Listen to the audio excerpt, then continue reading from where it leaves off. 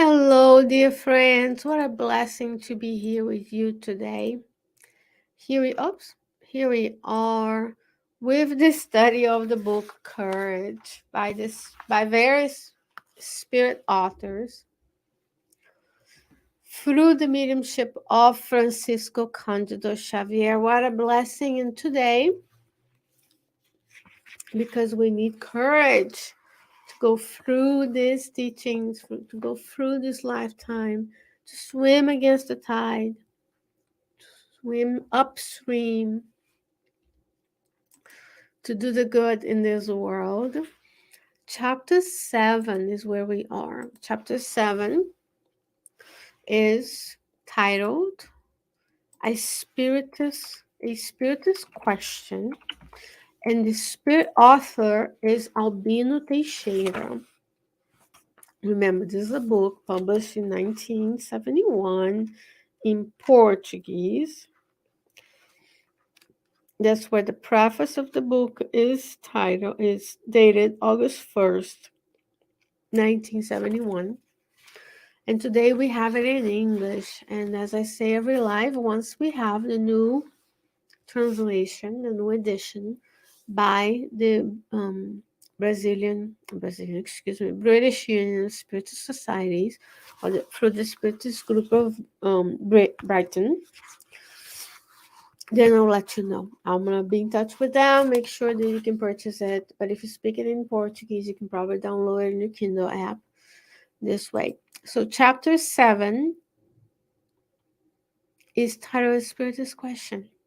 It's a very interesting chapter because it's about you and I. It's about those who are working to spread the good news of Christ, who are spiritists, who are practicing, and not only for us to just be visitors to the Spiritist Center. But here's what Albino Teixeira has to say.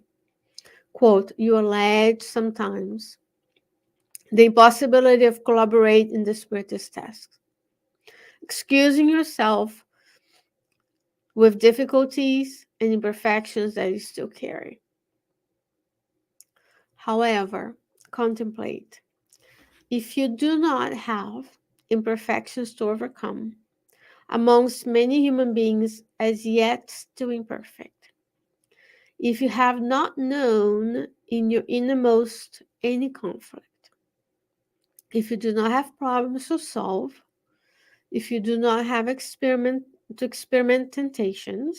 experience temptations, if sometimes you do not experience bitterness and disillusions, if you do not reap disappointment, if you do not face serious tests, if you do not bring any sign of this or that weakness, which would be the reason why you are now on earth in the process of cure, if you cannot observe any possible unhappy tendencies within yourself, which are the marks of death from past experiences, and are struggling, and sometimes even crying out because you wish to become better, what will become of you within the construction of goodness? We refer to that because a spiritist person is called to make light in favor of him or herself, as well to benefit others on the way of education. And if you do not suffer anything to learn, how can you clarify, comprehend, help, or teach? By the Spirit Albino Teixeira. Very timely topic, friends, because after the pandemic, unfortunately, we do have a somewhat hesitancy around the world of people returning to the Spiritist centers. Mainly because now we're like, oh, I just want to watch it on demand on my own, which you're doing this right now with me because I don't go live for this, even though I am recording this from our Spiritist Center here in Richmond. But many Many of us are saying, and people still say, even when they come every so often, the impossibility of collaborating in the spiritist tasks because of difficulties and imperfections. We say, who are we? And that's a strategy of the spirits who are still in darkness to affect our work. They say in our ears, who are you to think you can go to the spiritist center? Right? Who are you to be there in the pulpit saying things? And we believe that because we know deep down we are still imperfect. Hierarchy of Spirits, question 100 to 113. Go read. Find yourself within there somewhere. Hopefully, we already have some characteristics of good spirits, but the majority of what we do is still in the category of imperfect spirits. So sometimes we say, I cannot help because I'm still imperfect and I have difficulties. Oh, I have a family, I have children, I have my profession. Oh, and there's the weekend I want to enjoy. But during the weekdays, we're tired, we have to work, and there's bedtime. We make a lot of excuses.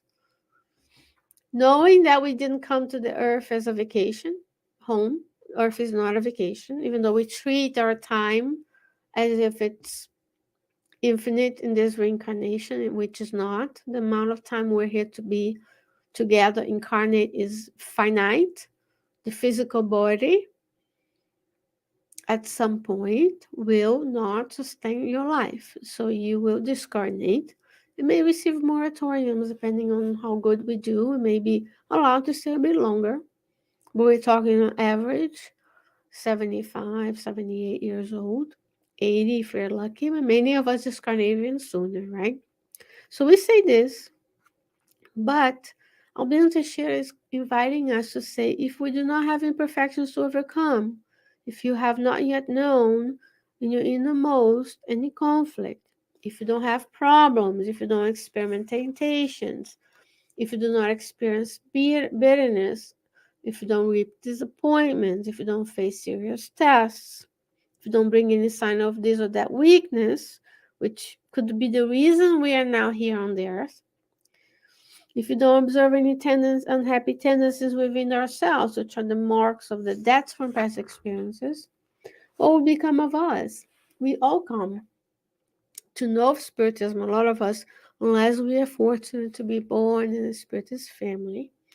But many of us, including myself, come to know Spiritism because we need it, because we are experiencing something in this life that allow us to propel us to seek answers, and we find them in Spiritism. So any group, no matter how glorious and how awesome we are, we have a group of imperfect spirits trying to do the best we can with the resources that we have. In this case, with the blessed resources of the Spiritist books, the continuation of Christ's teachings, explanations we need for this lifetime. But all that he mentions here is what we are here to experience on the earth.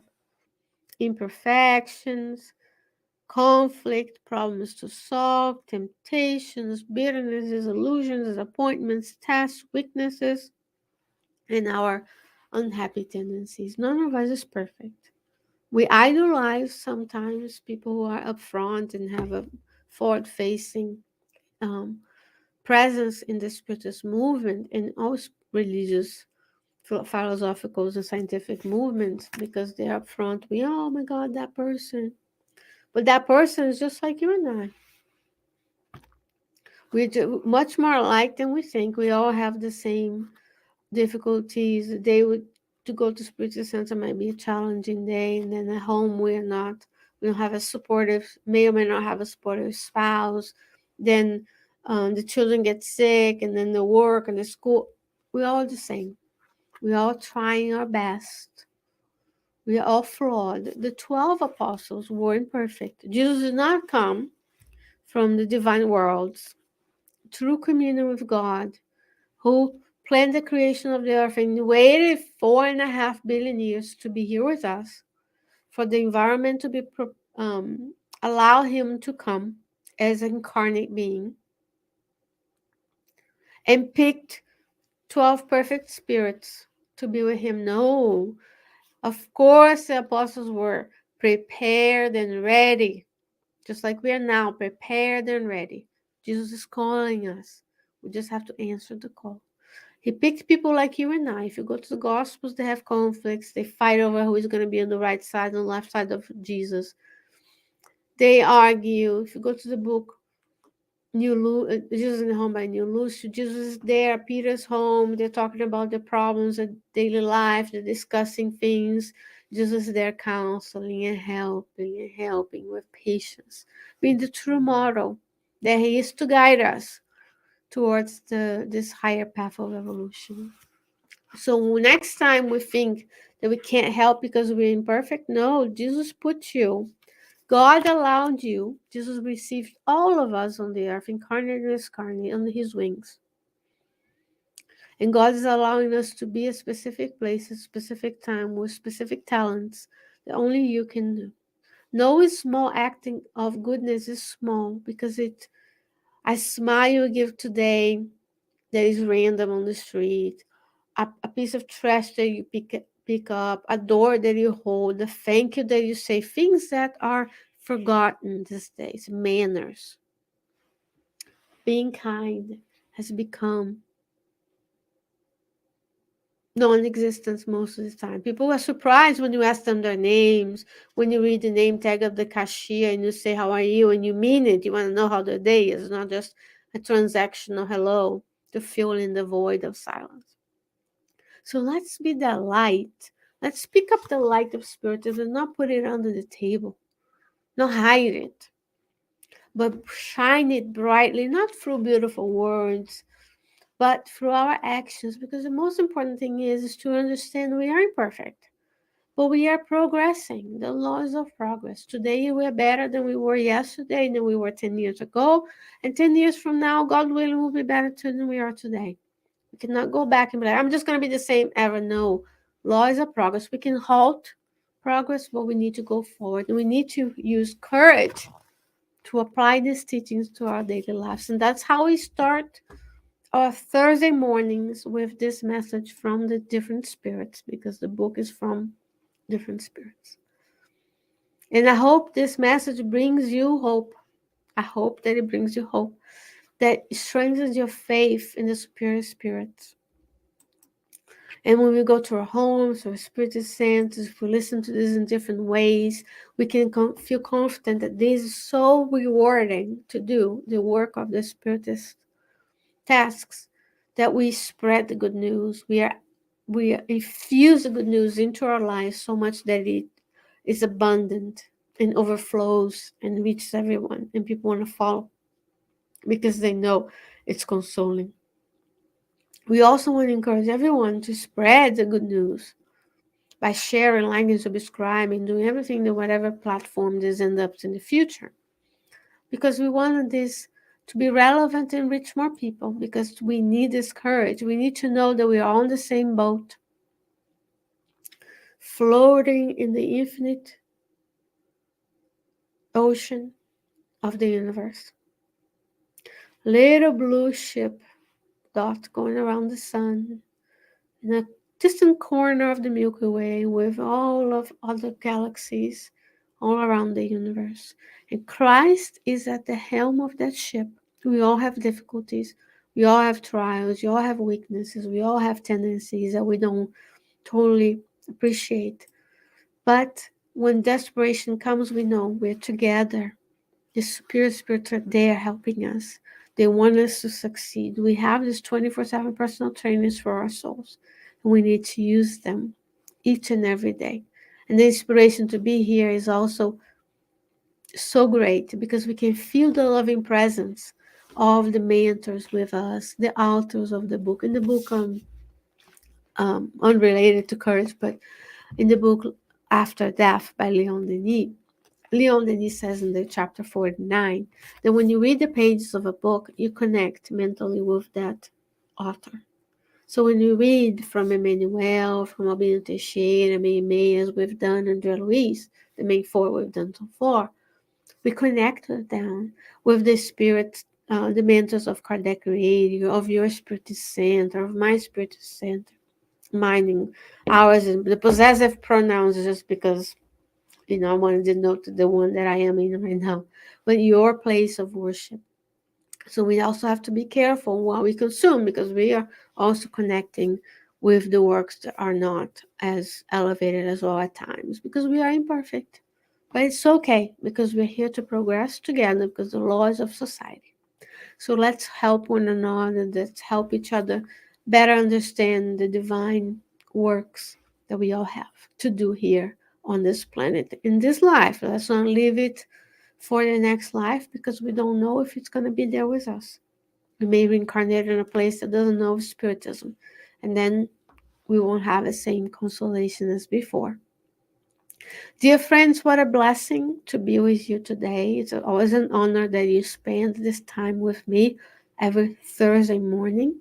And God willing, I'll be back with you next week. And until then, stay well, stay safe. I'll see you soon. Bye bye.